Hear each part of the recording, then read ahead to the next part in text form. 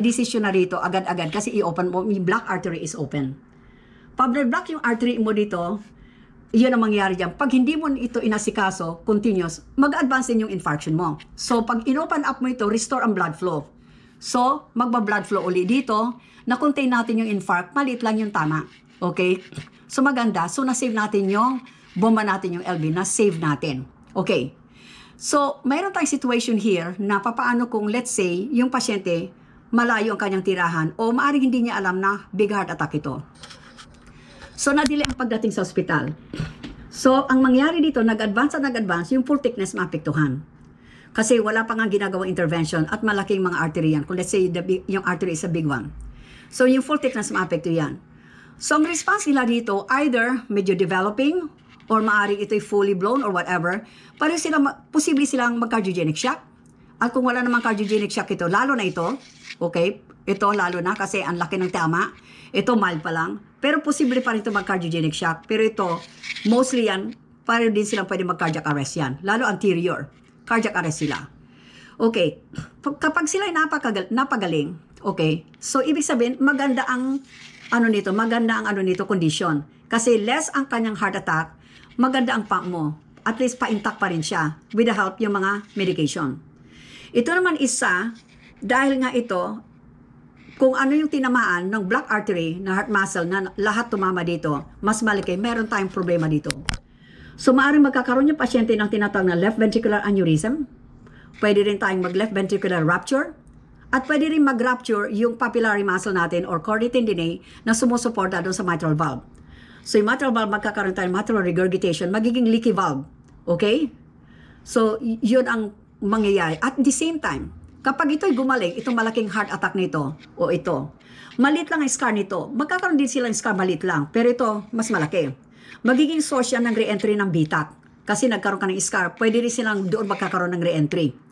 Okay, so yun ang importante. Bakit dadalhin ng pasyente ng maaga sa ospital? Because we're trying to save more muscle cells as much as possible. Kasi gusto natin ma-revive yung ating bomba. Pag nagtagal, iyon ang mahirap. At ito, babalik sa hospital ito, on and off to heart failure. Okay, kasi malaki ang tama niya. Okay, so that's the problem. Kaya time is muscle, maagang pagdating, let's say nag-chest pain yung pasyente sa bahay nyo, wala naman siyang allergy sa aspirin, pwede kayo magbigay ng aspirin 320 mg kasi nga yan is a blood thinner. Kasi anti-platelet. Kasi pag mayroon tayong injury yan, ang mga platelets yan, tumatakbo na yan doon sa injured site, dumadami sila. Lalong magbablock yung artery, kaya ang bigyan mo na sila ng anti-platelet yung aspirin. Basta wala lang silang allergy. Ngayon kung malapit naman sa ospital, walang kaso. Di doon sa ospital na lang kung sakali. Pero mayroon kayo, mas maganda sana, umpisan nyo na. Basta wala lang siyang allergy. Kasi alam nyo na may history siya, naninigarilyo, may alta presyon, may diabetes, mataba siya. At let's say mga 40, usually 40 na above yan. Okay, mag-decision ka na dyan kasi you have to save the heart muscle. Okay.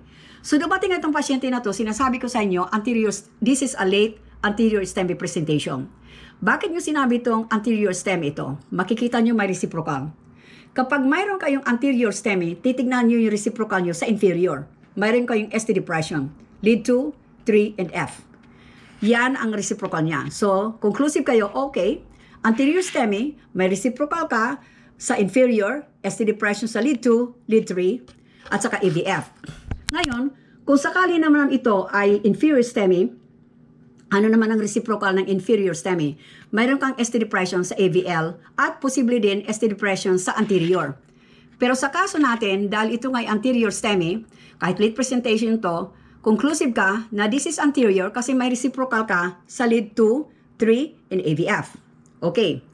Ngayon, sa pasyente, para makip nila na successful yung kanilang stent, compliance. Okay. So, aspirin is lifetime. Yung sinasabi ko, yung mga antiplatelets, para iba, katulad ng kung let's say, umuwi sila ng ticagrelor or Plavix, continue siya ng pag-inom para makip natin to na open. Okay? So, that's about it. Ang reperfusion, huwag kayo mag-worry. Okay.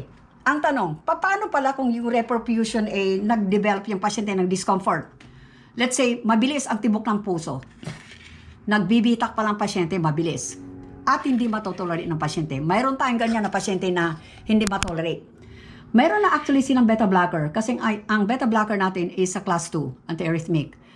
Pina-fight niya ang automaticity. Okay.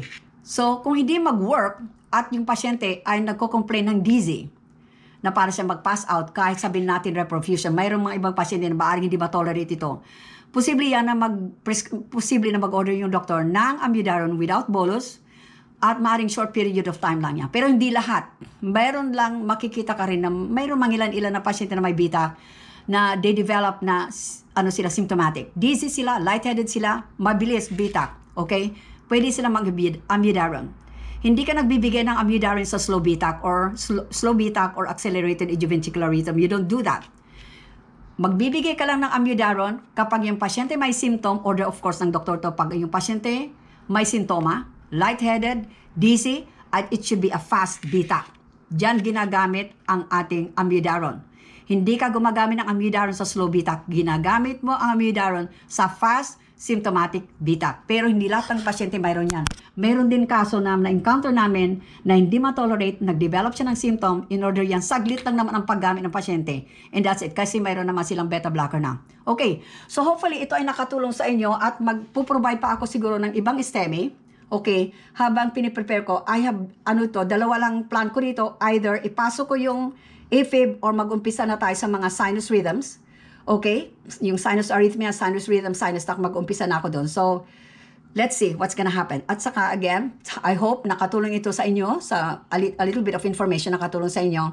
Okay, and that's about it. Sana, sa uli, don't forget, yung aking YouTube here, Meldita's Info Corner, at ang aking Facebook here, John Rigacho at Yahoo. Okay, maraming salamat po. Thank you.